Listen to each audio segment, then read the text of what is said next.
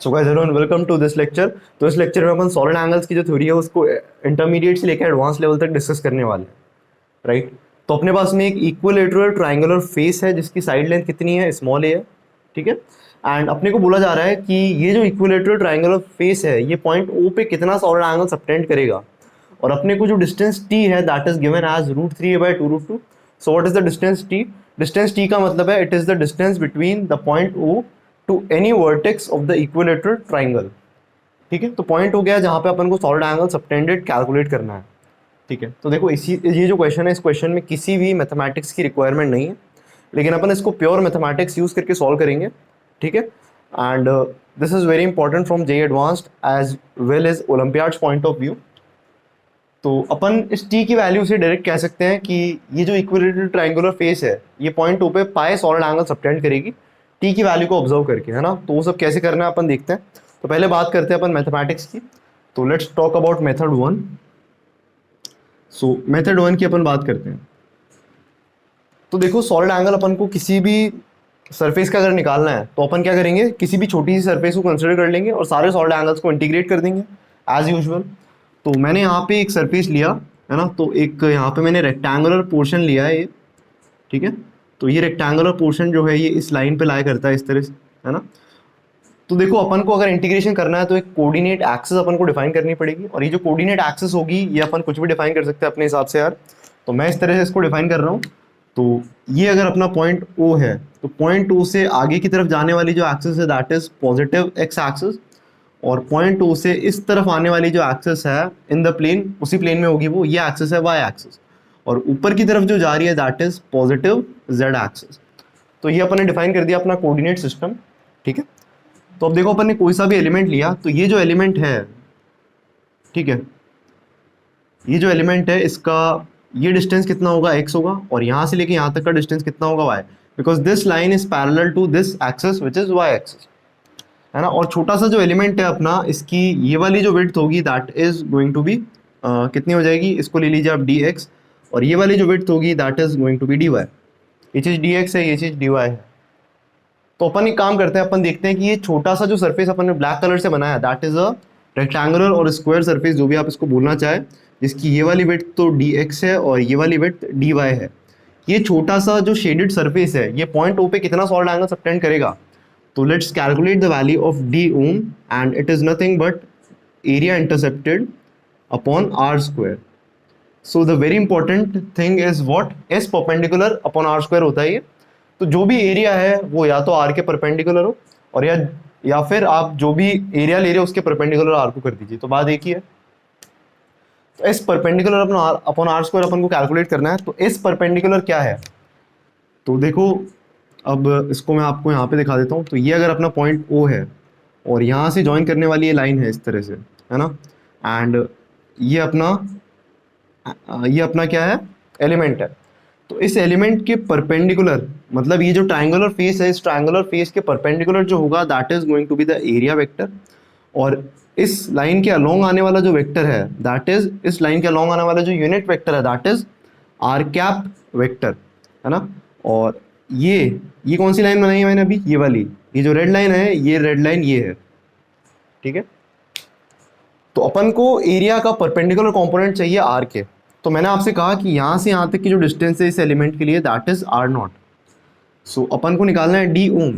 तो d ohm की value अगर अपन कैलकुलेट करना चाहते हैं तो अपन को एरिया का परपेंडिकुलर कंपोनेंट चाहिए आर नॉट के। तो क्या करते हैं अपन, इसका कॉस कंपोनेंट ले लेते हैं। तो उसको बोलते हैं अपन अल्फा एंगल है ये, let's say this is alpha angle. So d A cos alpha upon R naught square. So this is nothing but d A cos alpha upon R naught square. बस अब इसको इंटीग्रेट करना है, but it's not that simple. इसका mathematics वाला जो portion है वो थोड़ा सा टफ होता है, क्योंकि इसमें अपन को डबल इंटीग्रेशन इवैल्यूएट करना पड़ता है, क्योंकि यहाँ पे डी वाई भी है और डी एक्स भी है। तो मेरा जो कोर्स है मैकेनिक्स वाला उसमें मैंने एक एक चीज़ एक्सप्लेन किया, डबल इंटीग्रेशन कैसे करना है, ट्रिपल इंटीग्रेशन कैसे करना है, और सॉलिड एंगल्स के लिए जो प्री रिक्विजिट रिक्वायर्ड है वो भी मैंने पूरे कोर्स में बताया। मतलब इसके पहले एक 40 मिनट्स का लेक्चर है वो उस कोर्स में एग्जिस्ट करता है, उस कोर्स की जो लिंक है वो गूगल ड्राइव पे है, राइट। तो अपन बात कर रहे थे डी ओम की। So D ohm is equal to integral of D A cos alpha upon R square.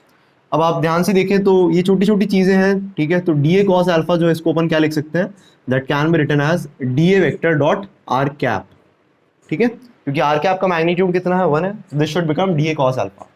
तो फाइनली अपने पास में जो रिजल्ट आएगा वो निकल के कितना आएगा, integration of D A vector dot R cap divided by R naught square, है ना। इसको इस तरह से भी लिख सकते हैं आप।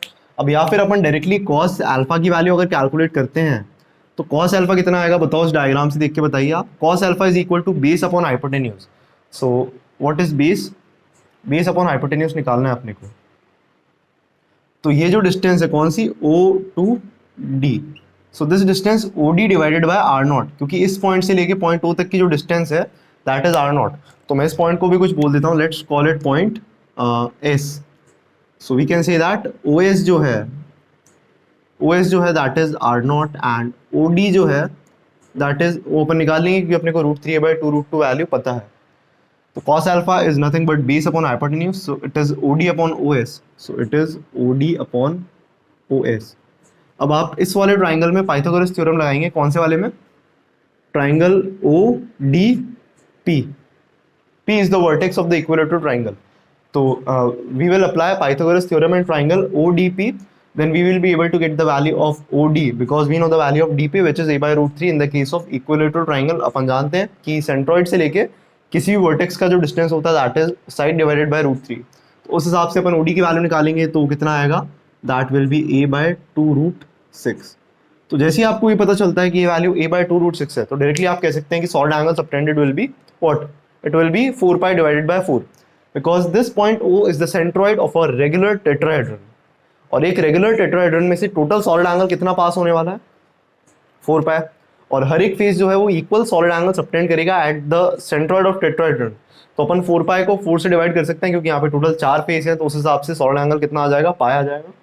सो ओडी की वैल्यू आ चुकी है a/2√6।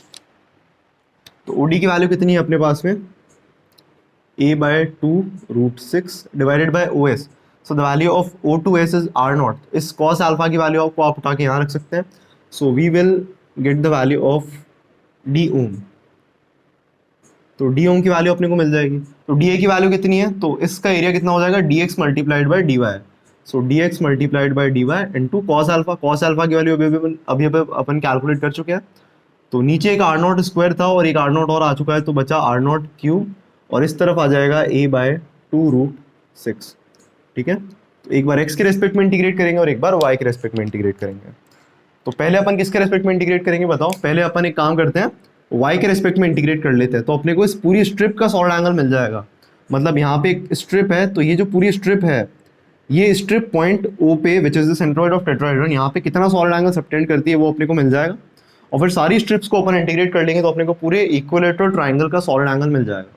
तो पहले जैसा मैंने बोला, अपन पहले y की लिमिट्स लगाएंगे, तो यहाँ y की लिमिट्स लगाएंगे और फिर अपन x की लिमिट्स लगाएंगे। अब x यहाँ से आगे जाने पे क्या है, पॉजिटिव है, और इधर से इधर जाने पे x क्या है, नेगेटिव है। तो थोड़ा सा ज्योमेट्रिकल पार्ट अपन यूज कर लेते हैं। तो यहाँ से लेके यहाँ तक की जो डिस्टेंस है दैट इज a/√3, और ये जो एंगल है that is 30 degree.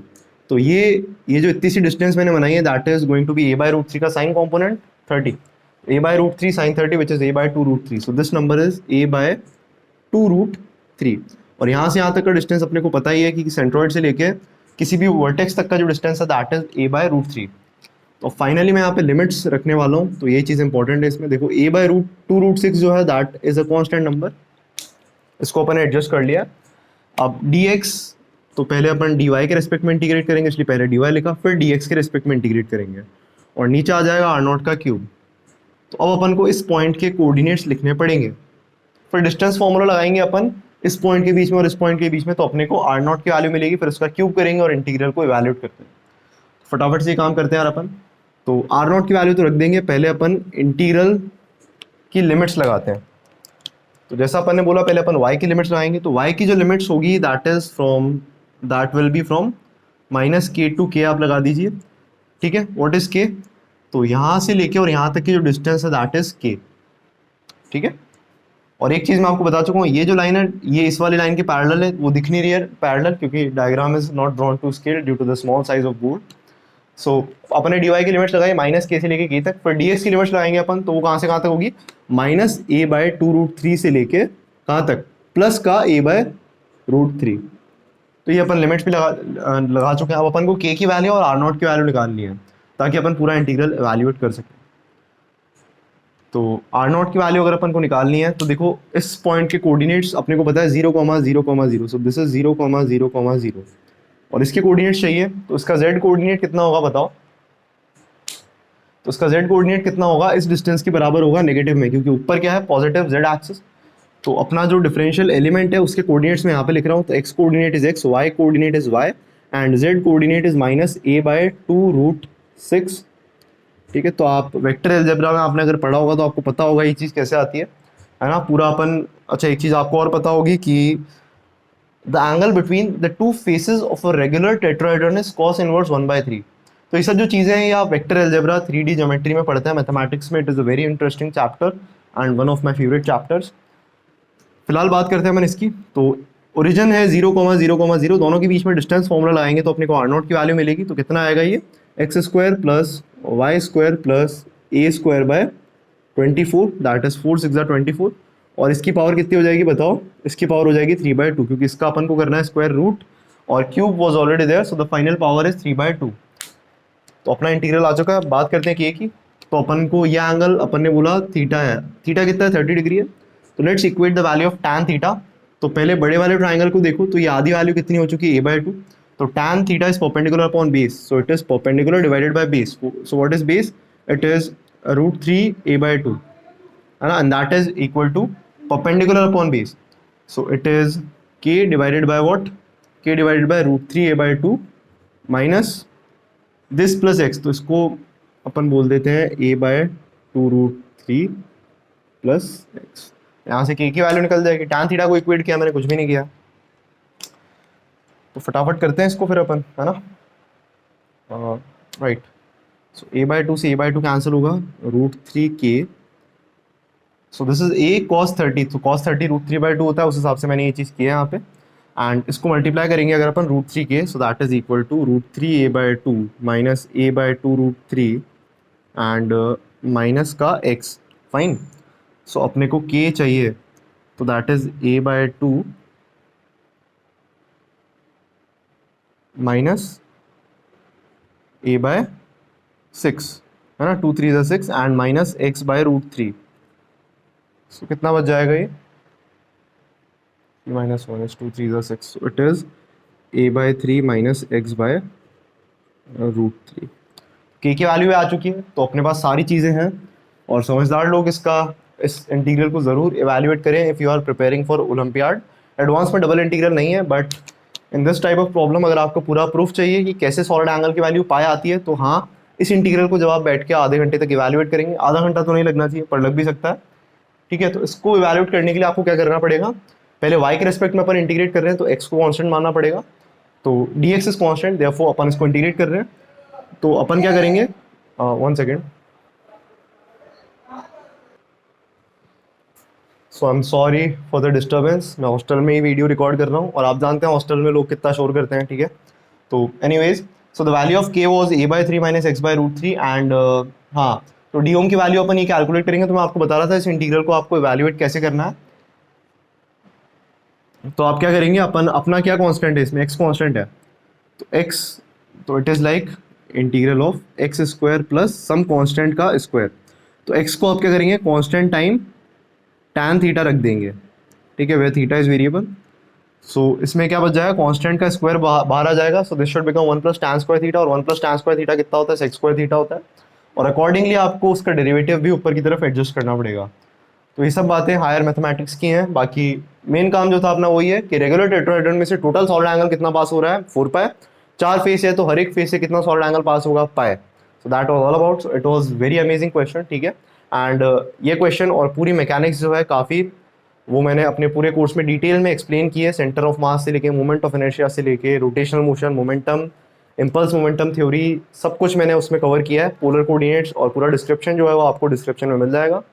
Currently many students are enrolled, so और अपना टेलीग्राम ग्रुप भी है, वहाँ पे आप ज्वाइन कर सकते हैं। कुछ डाउट्स वगैरह हों तो आप अपने कलीग से डिस्कस कर सकते हैं। ठीक है, तो मिलता हूँ आपसे अगले लेक्चर में। Till then have a wonderful day ahead and thank you.